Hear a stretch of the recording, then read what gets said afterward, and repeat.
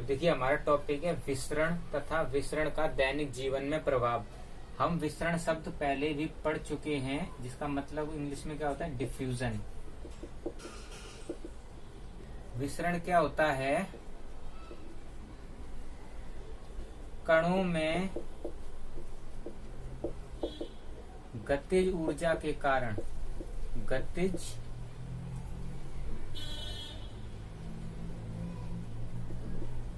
गतिज ऊर्जा के कारण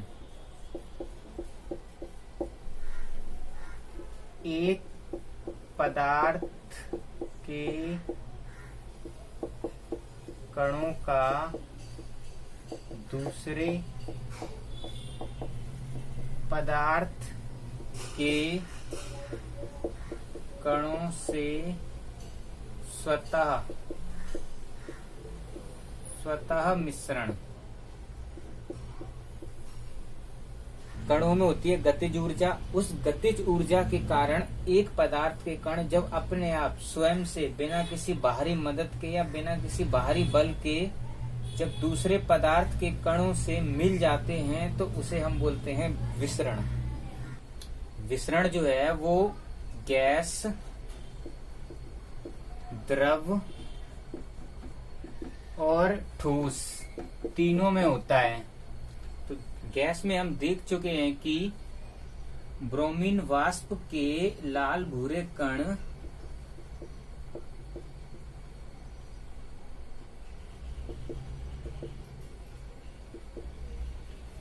एक रंगहीन ब्रोमीन वाष्प के लाल भूरे कण वायु से भरे हुए जार को पूर्ण रूप से लाल भूरे रंग का कर देते हैं।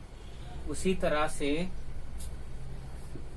जब हम पोटेशियम परमैंगनेट की यानी कि KMnO4 की कुछ बूंदे पानी में डालते हैं तो हम देखते हैं कि पूरा का पूरा जल जो है वो बैंगनी रंग का हो जाता है। उसी तरह से जब हम स्याही यानी कि लाल स्याही या नीली स्याही जब इसको हम पानी में डालते हैं तो पूरा का पूरा पानी ही स्याही के रंग या नीले रंग का हो जाता है, नीला या लाल। उसी तरह से जब हम कॉपर सल्फेट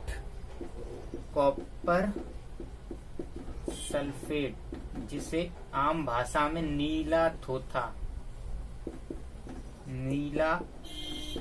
थोथा बोला जाता है, इसको डालते हैं तो पूरा का पूरा जो पानी है वो नीले रंग का हो जाता है।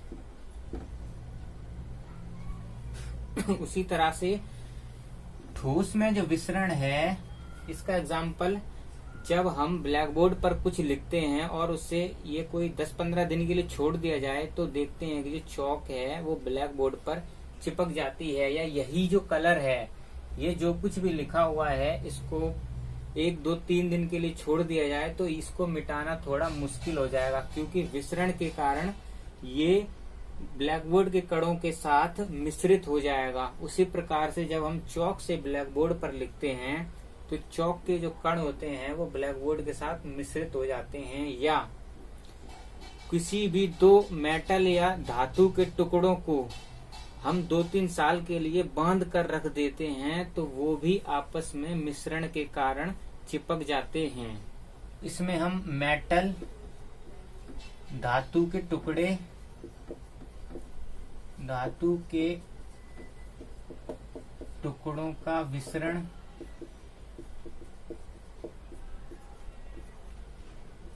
चौक का ब्लैक बोर्ड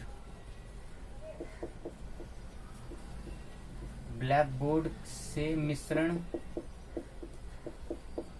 ये इसके एग्जाम्पल हैं।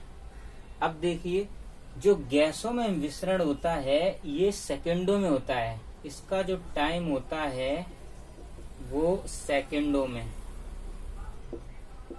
या उससे भी कम होता है। और जो ये द्रवों में मिश्रण होता है ये इसका जो टाइम होता है ये मिनटों में होता है, मिनटों में।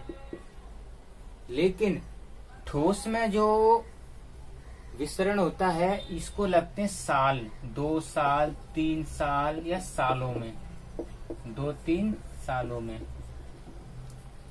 विसरण जो है वो गैसों में तो तुरंत हो जाता है, द्रव में कुछ टाइम बाद होता है और ठोस में सालों में होता है या महीनों या दिनों में होता है। तो ऐसा क्यों होता है? तो देखिए, ये मान लीजिए गैस के कण हैं और ये वाले द्रव के कण हैं और ये वाले ठोस के कण हैं।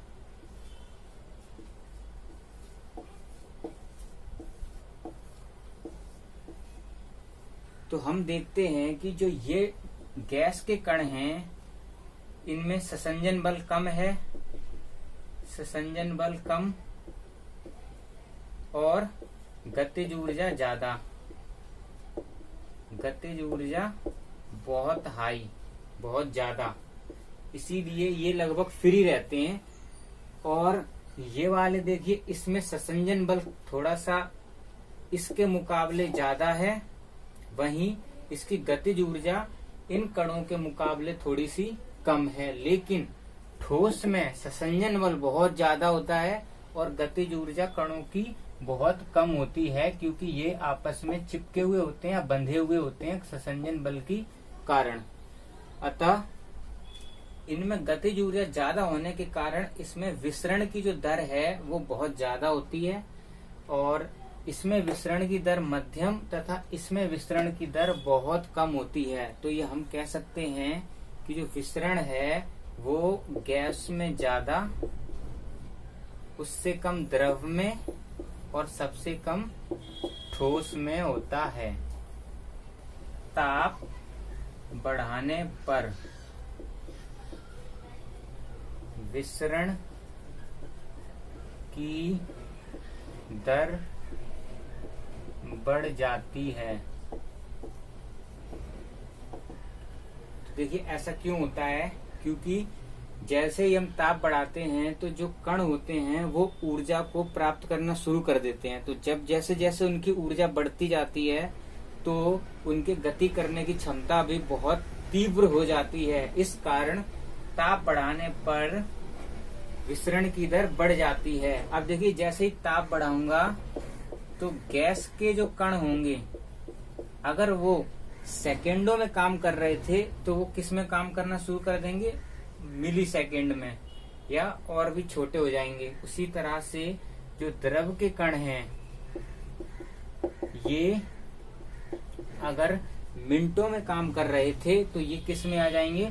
सेकेंडों में। ये किस में आ जाएंगे? सेकेंड में। लेकिन वहीं जो ठोस के कण हैं, अगर ये दिनों, महीनों या सालों में काम करते थे विसरण का, तो ये किस में काम करना शुरू कर देंगे? घंटों में। ताप बढ़ाने पर विसरण की दर बढ़ जाती है। इसी कारण रसोई में पक रहे भोजन से हमें तुरंत पता चल जाता है कि रसोई में क्या पक रहा है।